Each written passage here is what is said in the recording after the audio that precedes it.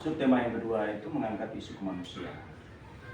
Isu kemanusiaan ini sebenarnya dalam memelopori kesejahteraan masyarakat searah dengan tujuan pembangunan berkelanjutan. Kita tahu bersama TPB itu ada 17. Di dalamnya, dalam TPB, isu kemanusiaan dan ekologi atau berkaitan dengan penyelamatan lingkungan di sekitar kita itu menjadi isu utama secara merupakan komitmen global yang kemudian diangkat sebagai tujuan pembangunan jangka panjang nasional dan diperintahkan secara mutatis mutandis untuk kami lakukan atau kita laksanakan sampai ke tingkat daerah.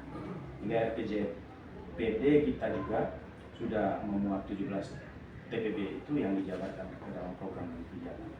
Nah, dalam kaitan dengan kemanusiaan ini, aksi yang kita lakukan sebenarnya kita ingin aksi-aksi nyata dalam rangka penghapusan kemiskinan atau minimal memperhatikan masyarakat miskin dan kelompok stunting.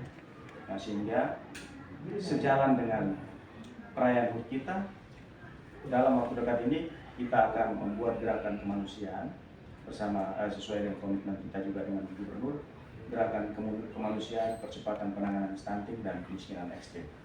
Nanti semua komponen pentahelix itu kita tetapkan sebagai orang tua asuh. Jadi ada kebijakan dari Bupati menetapkan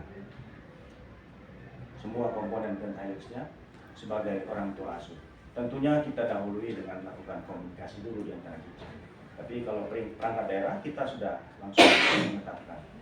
Lalu nanti unsur media dan pentahelix juga, misalnya Bapak sekalian, siapa yang siap menjadi orang tua asuh untuk penanganan stunting atau penanganan keluarga rumah tangga miskin ekstrim, kita tetapkan. Jadi kita memanfaatkan kerja kolaborasi pentahelix.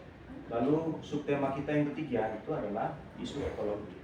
Itu juga banyak yang kita buat, tapi yang akan kita lakukan, kita angkat dia sebagai kebijakan itu adalah bioliftek, fish apartemen, sama biopori.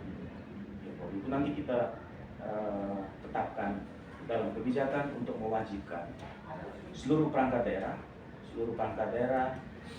lalu kepala desa, sekolah-sekolah untuk melakukan biopori di minimal di halaman kantor pemerintah atau kantor sekolahnya masing-masing. Nah, bisa saja kita dengan 5 lubang, atau kalau lebih ekstrem lagi sejumlah perangkatnya. Jadi kalau satu perangkat daerah ada 30 orang, 2 ASN-nya, maka setiap ASN harus dipastikan memiliki biopori di kantornya. Jadi nanti kita lihat sesuai dengan luasan kawasan, karena untuk membuat biopori itu kan ada jarak minimal 50 cm sampai dengan 100 cm. Nah, itu kami akan tetapkan dalam kebijakan berupa keputusan, lalu dalam peraturan bupati. Jadi kita tetapkan sebagai hari tanam air. Jadi setiap tahun mungkin menjelang 12 Oktober kita galakan itu sebagai hari tanam air. Ini juga kita kerjasama dengan NGO yang ada. Lalu bioriftek atau terumbu karang buatan itu sambil jalan kita dengan Barakat, karena Barakat memiliki titik koordinat wilayah yang harus ditempatkan bioriftek itu untuk